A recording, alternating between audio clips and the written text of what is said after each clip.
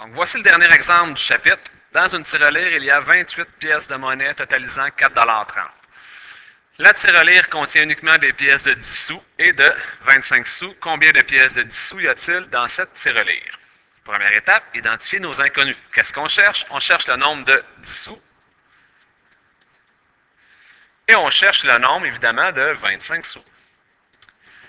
Est-ce qu'il y a un de mes inconnus qui contient le moins d'informations? Non, il n'y a aucune information précise sur le nombre de 10 sous et le nombre de 25 sous. Dans ce cas, on peut mettre n'importe quel des deux inconnus, la valeur de x. Et ici, si j'ai x 10 sous, combien me reste-t-il de 25 sous? Si j'avais 5 10 sous, il me resterait combien de 25 sous? Bien, il me resterait 23 25 sous. 28 pièces moins mes 5 10 sous, il me resterait 23. Si j'avais 10 10 sous, bien 28 moins 10, il me resterait 18 25 sous. Et comme j'ai x 10 sous, il me reste combien de pièces de 25 sous? 28 moins x. Deuxième étape, construire l'équation. Plusieurs personnes vont dire x plus 28 moins x égale 4,30. Ce qui est faux. Mon nombre de 10 sous n'est pas un montant d'argent. Je dois transformer un nombre de pièces en montant d'argent. Comment faire? Si j'ai 3 10 sous, qu'est-ce qu'on fait comme calcul? Bien, 10 fois 3 pour un total de 30 sous. Si j'ai 5 10 sous, 10 fois 5 pour un total de 50 sous. Si j'ai x 10 sous, même principe, 10 fois x. Avec ça ici, j'obtiens un montant d'argent en 10 sous.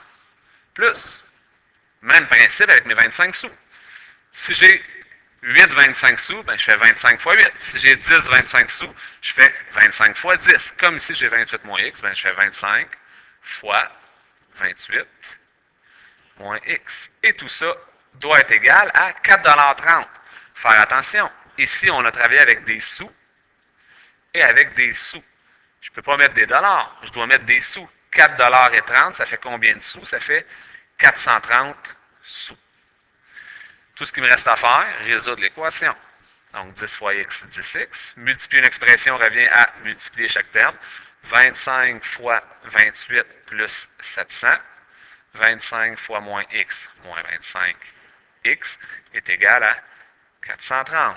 10 moins 25, ça me fait moins 15x, plus 700 est égal à 430. J'enlève mon 700 faisant moins 700 des deux côtés.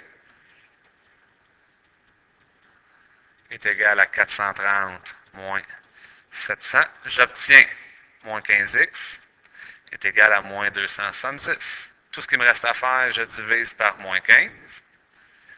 Bien, x est égal à 18. X représente quoi? X représente mon nombre de 10 sous. Donc, nombre de 10 sous, 25. Excusez-moi. Donc, nombre de 10 sous, 18.